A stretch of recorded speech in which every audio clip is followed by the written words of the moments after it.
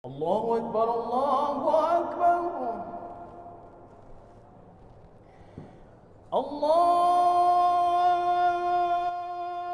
Dalam kita menempuh jalan kepada Allah harus ada dua-dua.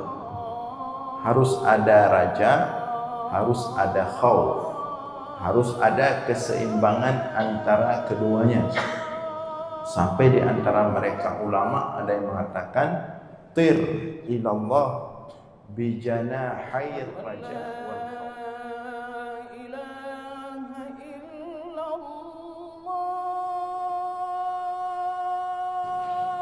Assalamualaikum warahmatullahi wabarakatuh.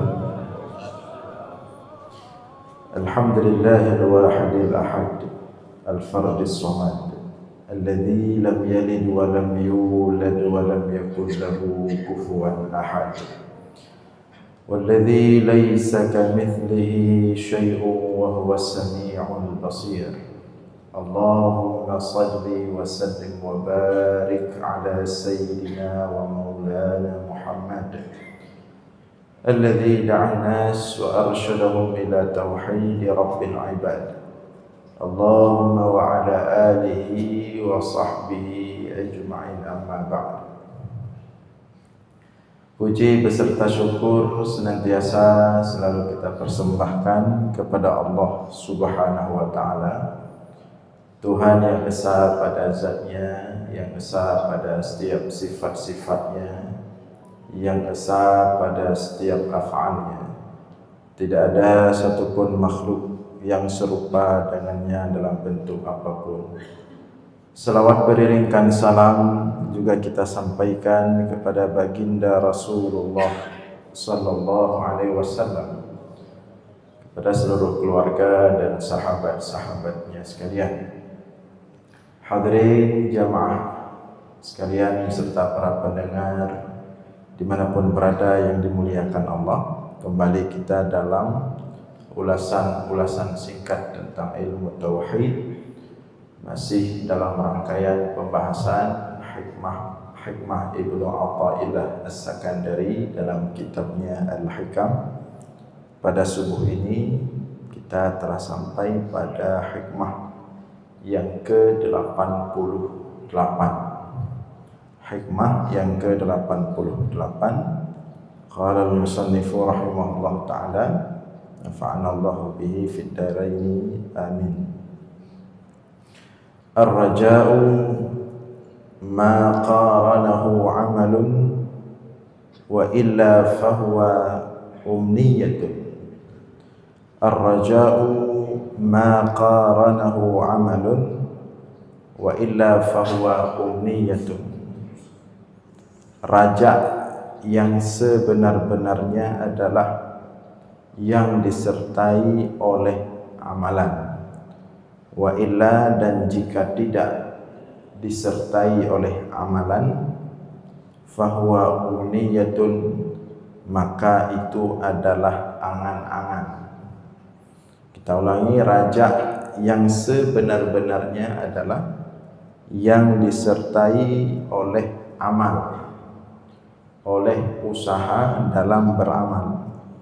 Wa illa, dan jika tidak disertai oleh amal atau usaha beramal, fahuwa umniyatun, maka itu disebut dengan angan-angan.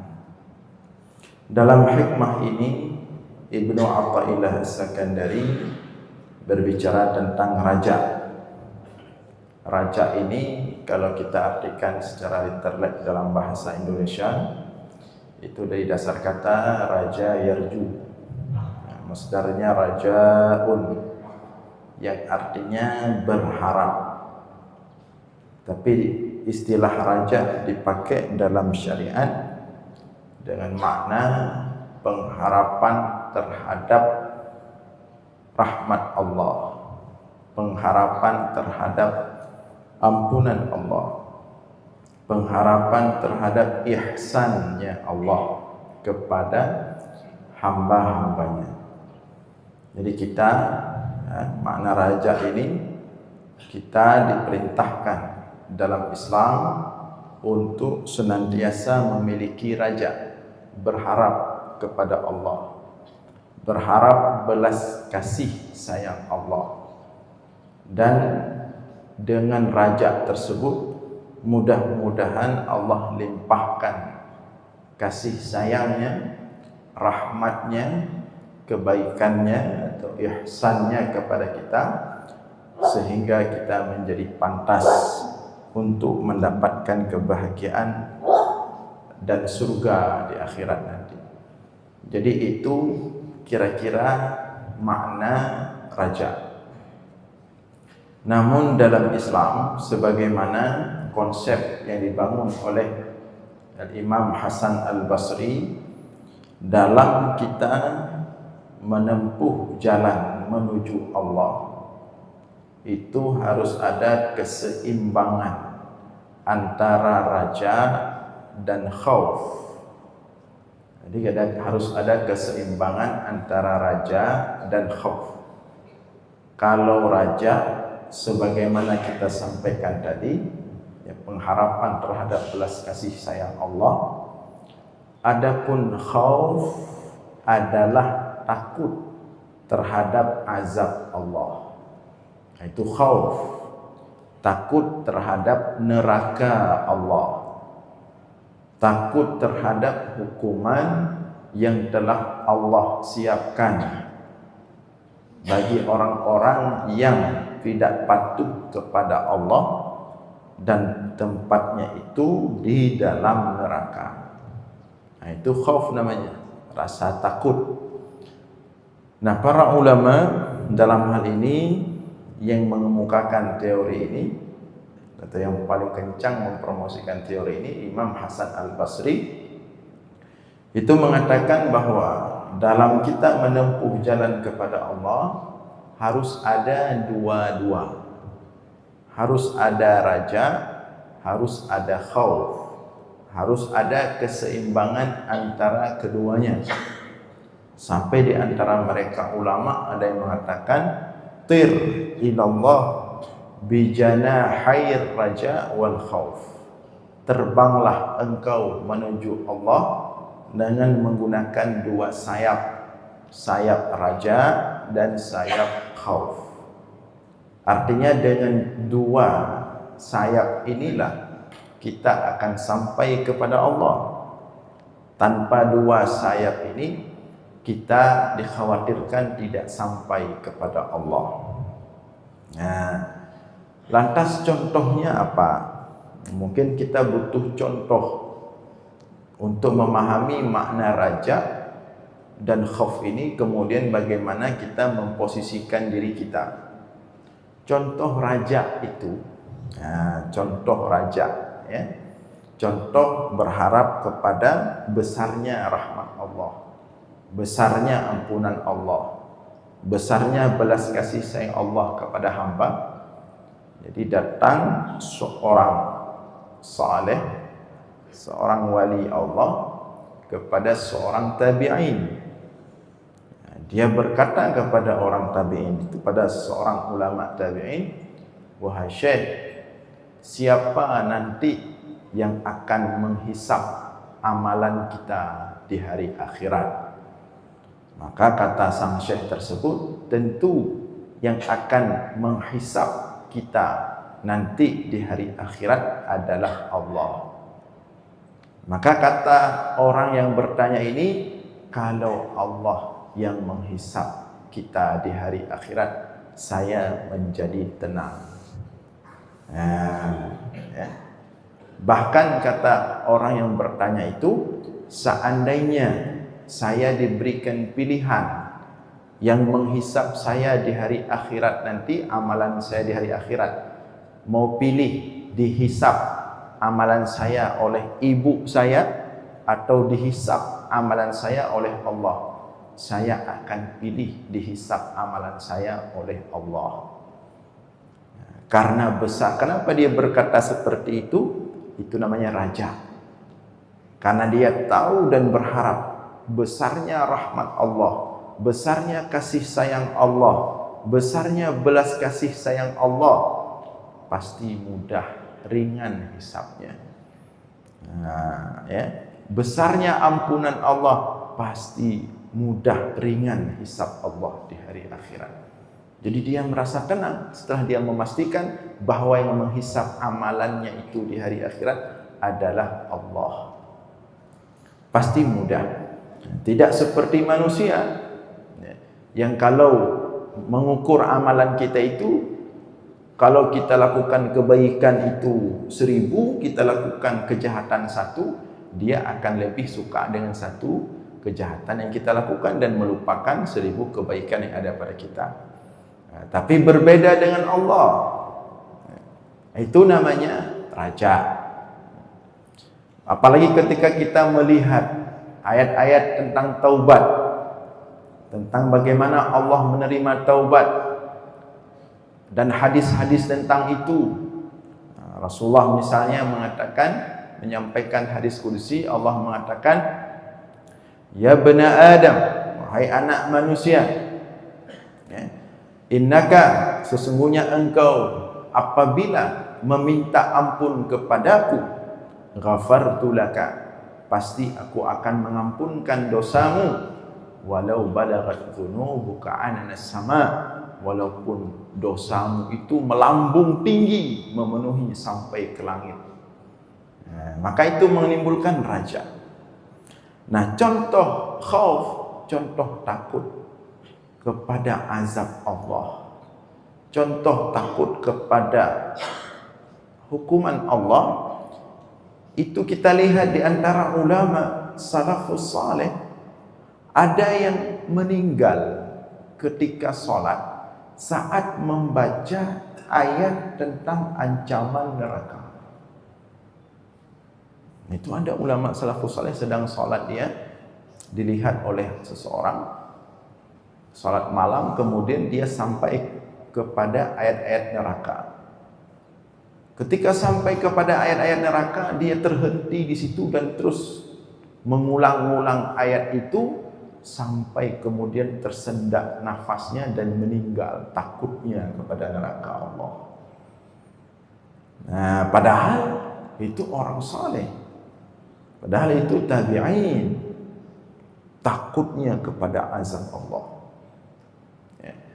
Umar bin Khattab misalnya pernah mengatakan, kata Umar bin Khattab, seandainya di hari akhirat nanti diserukan kepada seluruh manusia untuk semuanya masuk ke surga kecuali 1 orang yang harus masuk neraka. Kata Umar bin Khattab, aku khawatir yang 1 orang yang harus masuk neraka itu adalah aku. Begitu takutnya Umar kepada azab Allah, kepada neraka. Utsman bin Affan juga pernah mengatakan, seandainya saya diberdirikan antara surga dan neraka di hari akhirat, disuruh pilih surga atau pilih neraka, Utsman mengatakan, lakhtartu an akuna ramadan, aku lebih baik pilih jadi debu saja. Pilih surga, khawatir tidak pantas di sana. Pilih neraka, tidak sanggup, berat, pedih azabnya. Itu yang ngomong Umar bin Khattab, Utsman bin Affan, yang kedua-duanya sudah dijamin masuk surga. Tapi jaminan mereka masuk surga dari Rasulullah tidak mengurangi sedikit pun khauf dan takut mereka kepada azab Allah. Namanya drog, katanya orang nampu sepu merasa keaman, makan aneh, merasa yo tenang pasti tu. Lalu pampun mandu muda ya Allah. Baca-baca sepu tak buat apa. Nah, jadi Ibnu Athaillah As-Sakandari ingin menegaskan bahwa antara raja tadi, pengharapan kepada rahmat Allah, belas kasih sayang Allah, ampunan Allah di dunia dan di akhirat, dengan khauf tadi, banyak orang tidak seimbang. Khususnya yang kondisi-kondisi manusia akhir zaman inilah, banyak tidak seimbang. Takut nerakanya sedikit, takut azab Allahnya sedikit, malah tidak takut. Malah tidak terfikirkan kepada neraka. Malah tidak terfikirkan kepada azab Allah. Jadi tidak ada khauf. Yang ada apa? Raja. Hanya mengharapkan rahmat Allah, mengharapkan luasnya ampunan Allah, mengharapkan besarnya kasih sayang Allah yang tanpa batas itu. Tapi khaufnya tidak ada. Yang lebih parah lagi adalah tidak disertai dengan amal.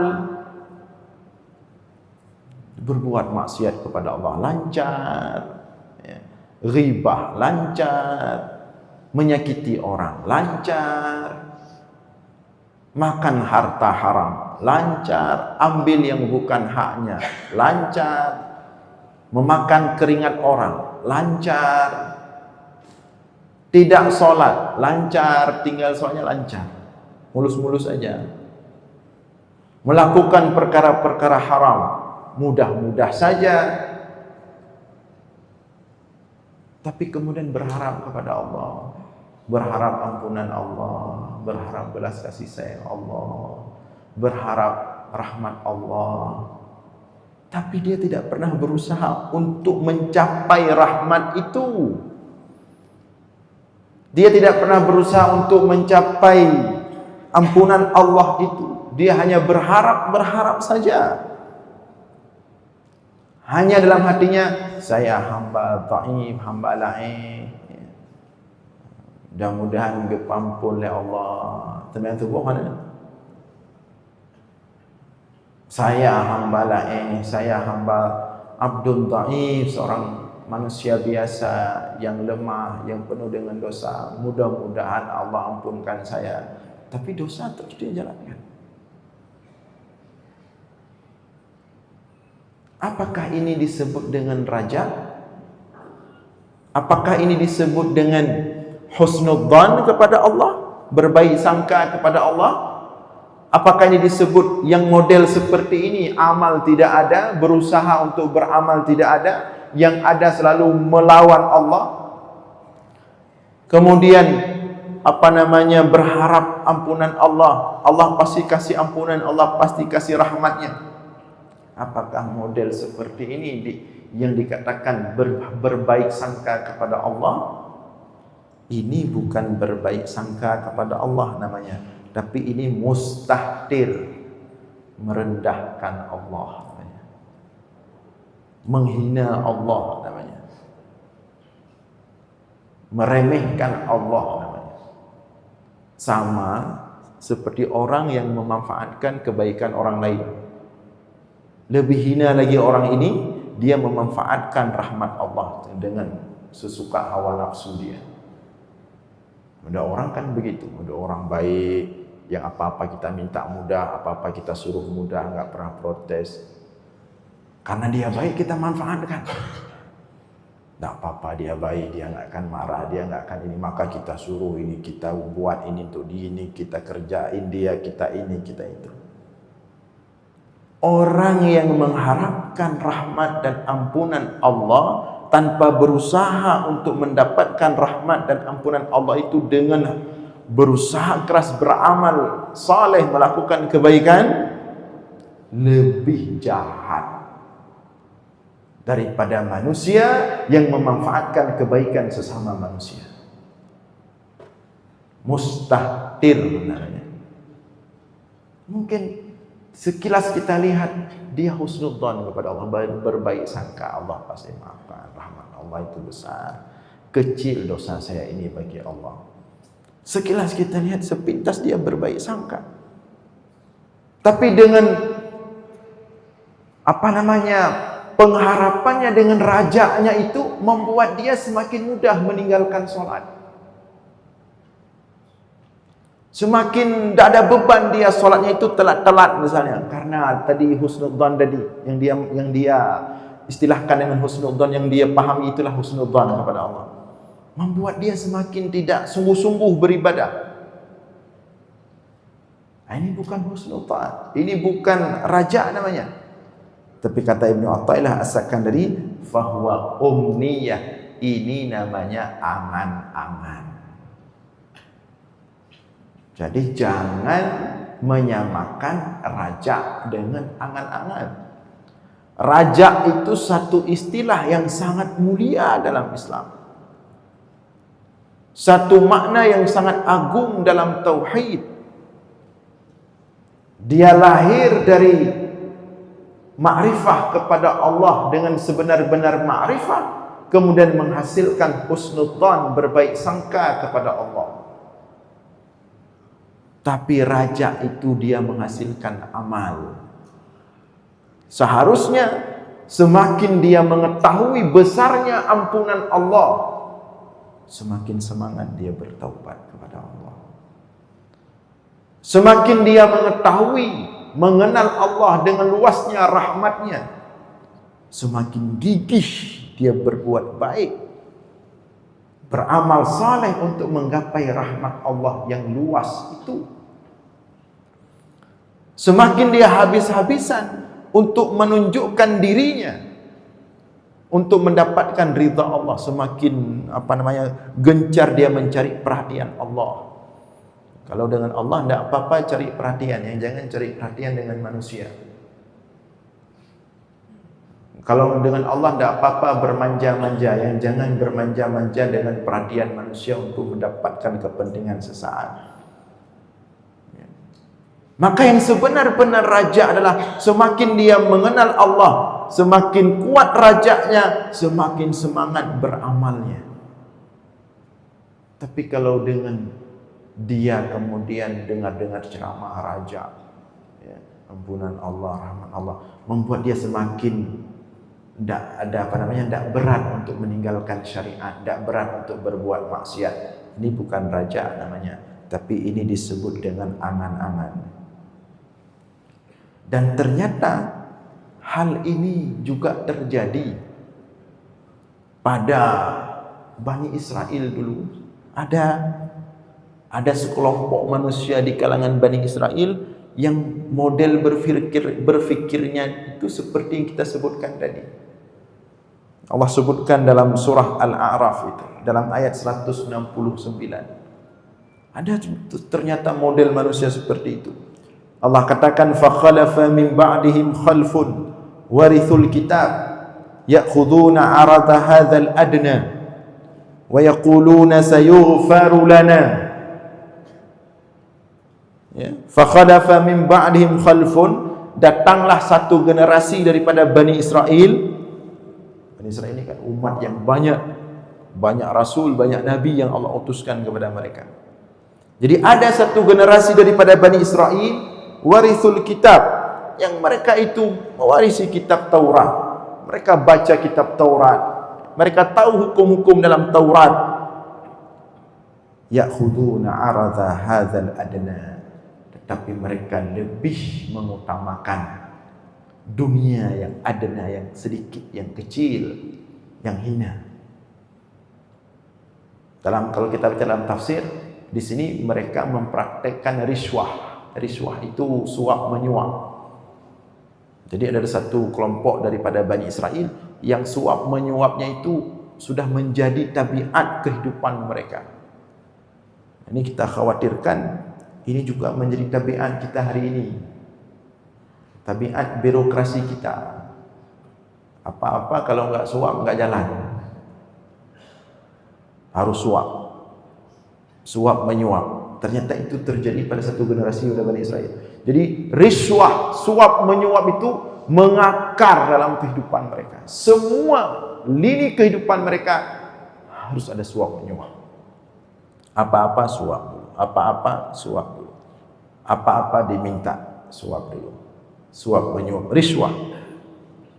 Namun bahkan yang melakukan ini warithul kitab, orang-orang yang ngerti hukum. Seperti kita nanti lama-lama kita menjadi biasa. Nah, sekarang sudah mulai timbul istilah, tidak bisa lagi, zaman sekarang memang harus seperti itu. Nah, ini kan menormalisasikan. Ini bahaya sekali ini kalimat ini. Bagaimana kita mau buat? kehidupan sudah seperti itu sekarang. Ya sudahlah, kita kasih aja sedikit. Hari ini sedikit, besok lebih sedikit. Orang yang menerima pun semakin nikmat dia. Akhirnya orang-orang bekerja tidak lagi mencari gaji yang itu merupakan haknya. Dan gaji yang merupakan haknya tidak dianggap uang lagi. Yang dianggap uang yang suap. Ini tuh sudah mulai sekarang. Orang-orang mengatakan, "Hana peng kan tu, hana terputus dulu. Gajinya naik berapa?" Gaji yang peng, ya itu mengelolain mudah. Ternyata itu pernah terjadi dalam satu generasi Bani Israel. Riswah. Dan itu dilakukan oleh semua ini dari paling atas sampai ke bawah. Orang awamnya, orang warisul kitab, orang alimnya, itu juga kerjaannya. Tapi yang membuat Allah lebih murka dengan mereka memanfaatkan raja. Mereka mengatakan wa yaquluna sayughfaru lana. Ucapan mereka ini yang membuat Allah murka kepada mereka. Jadi setelah mereka menghalalkan riswah, menganggap riswah itu biasa, menganggap uang haram itu biasa, kemudian mereka mengatakan sayughfaru lana. Nanti Allah akan ampunkan kita. Nyobot tanya, dah taubat ampun ya Allah. Sayughfaru lana. Nampaknya seperti raja, tetapi ini penghinaan kepada Allah. Seperti orang yang mungkin hari ini belum bisa lepas daripada uang haram, teken meneken itu. Dalam hatinya ada raja. Rajanya, ya semoga Allah ampunkan, ini kan memang kondisi seperti ini, bagaimana mau kita buat. Dan saya teken pun, saya terancam ini itu macam lah. Sayughfaru lana, mudah-mudahan nanti Allah ampunkan, kan ampunan Allah besar. Dengan sebab inilah, dengan sebab ucapan inilah, satu generasi Bani Israel ini mendapatkan laknat dan murka dari Allah. Maka besar ini hikmah yang disampaikan oleh Ibnu Athaillah As-Sakandari. Hati-hati memaknai raja. Salah memaknai raja, bukan mendatangkan rahmat dan ampunan Allah. Na'udzubillah. Justru mendatangkan murka dan laknat Allah. Karena itu disebut tadi mustahtir. Salah-salah memaknai raja bukan husnudzan kepada Allah lahirnya, jatuhnya, tapi mustahtir, penghinaan kepada Allah. Rasulullah juga menyebutkan dalam hadis, al-kaisu mandana nafsahu wa amila lima ba'dal maut wal ajiz man atba'a nafsahu hawaha wa tamanna 'ala Allah. Lebih jelas Rasulullah mengatakan dalam hadis, al-kaisu, orang yang cerdas. Yang betul-betul makna cerdas di sini, dia mengenal Allah dengan baik, punya ma'rifat kepada Allah dengan baik.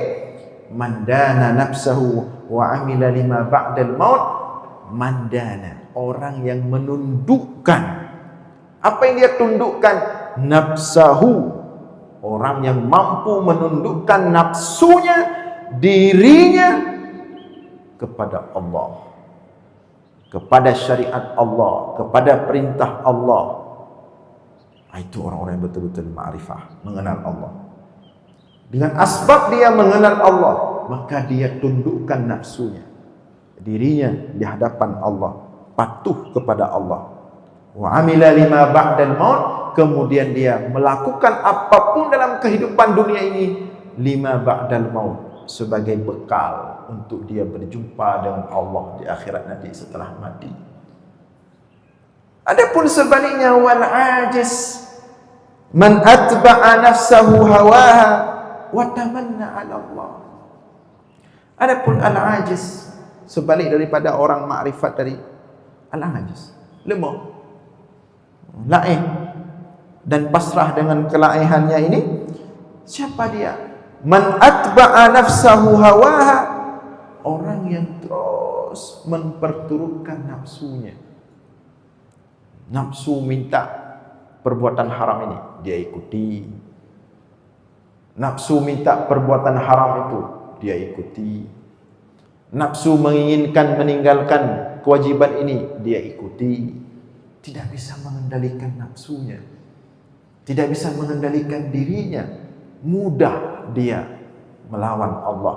Tetapi watamanna 'ala Allah, selalu berharap raja kepada Allah, berharap ampunan Allah.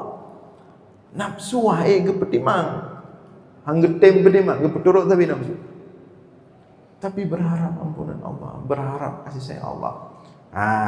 Orang seperti ini bukan sedang raja, tapi dia sedang berangan-angan. Hadirin sekalian yang dimuliakan oleh Allah. Oleh karena itu, maka hendaklah kita menjaga. Jadi jangan hanya membaca tentang raja saja. Jangan hanya membaca buku, kitab, mendengar ceramah tentang raja, pengharapan-pengharapan saja. Bahaya itu. Harus seimbang, harus ada khauf. Kita harus dengar neraka. Kita harus dengar ancaman-ancaman Allah. Kita harus dengar azab-azab Allah. Kalau kita hanya mendengar raja itu, kita nanti jadi kepedean, jadi mudah-mudah dalam melakukan maksiat. Maka kita lihat para pendahulu kita, para ulama salafus saleh, para sahabat tadi kita sebutkan, para ulama, mereka khauf kepada Allah itu sangat tinggi. Innama yakhsyallaha min ibadihi al-ulama. Justru seharusnya semakin kita mengenal Allah, semakin kita dekat dengan Allah, semakin kita khasyah, semakin khauf, takut kepada Allah. Mudah-mudahan ada manfaat. InsyaAllah kita lanjutkan subuh Jumat depan. Aqulu qawli hadza wastaghfirullah li wa lakum. Wassalamu alaikum warahmatullahi اللهم إنا نسألك التوبة wabarakatuh. والإنابة والاستقامة على الشريعة الغراء والطريقة البيضاء برحمتك يا أرحم الراحمين. رب اغفر لنا ذنوبنا ولوالدينا وارحمهما كما ربيانا صغيرا. رب اغفر لنا ذنوبنا ولوالدينا وارحمهما كما ربيانا صغيرا. رب اغفر لنا ذنوبنا ولوالدينا وارحمهما كما ربيانا صغيرا. رب اغفر لشيخنا ولمشايخنا ولأساتذتنا. واغفر لنا جميع أوليائك المقربين من علمائك العاملين المخلصين وعبادك الصالحين. واغفر لنا ولأزواجنا ولأولادنا ولبناتنا ولإخواننا ولطلابنا ولطالباتنا. واغفر لنا ولجميع المسلمين والمسلمات والمؤمنين والمؤمنات الأحياء منهم والأموات. يا أول الأولين ويا آخر الآخرين ويا ذا القوة المتين ويا راحم الفقراء والضعفاء والمساكين. يا أرحم الراحمين يا أرحم الراحمين يا أرحم الراحمين. أظلمنا أنفسنا وإن لم تغفر لنا وترحمنا لنكونن من الخاسرين. رب اغفر واعف وارحم وتكرم وتجاوز عما تعلم إنك أنت الله العز الأكرم. اللهم احسن عاقبتنا في الأمور كلها وأجرنا من خزي الدنيا وعذاب الآخرة. اللهم إنا نسألك رضاك والجنة ونعوذ بك من غضبك والنار. اللهم عظم جلالك في قلوبنا وصغر الدنيا في أعيننا. اللهم عظم جلالك في قلوبنا وصغر الدنيا في أعيننا.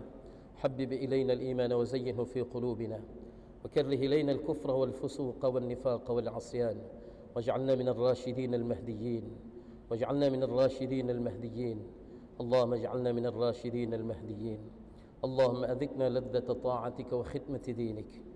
اللهم أذقنا لذة طاعتك وختمة دينك وحرمنا عن معاصيك ظاهرا وباطنا سرا وعلانية أبدا ما أحييتنا يا رب العالمين. اللهم امن علينا متابعة النبي الكريم حبيبك المصطفى سيدنا محمد صلى الله عليه وسلم.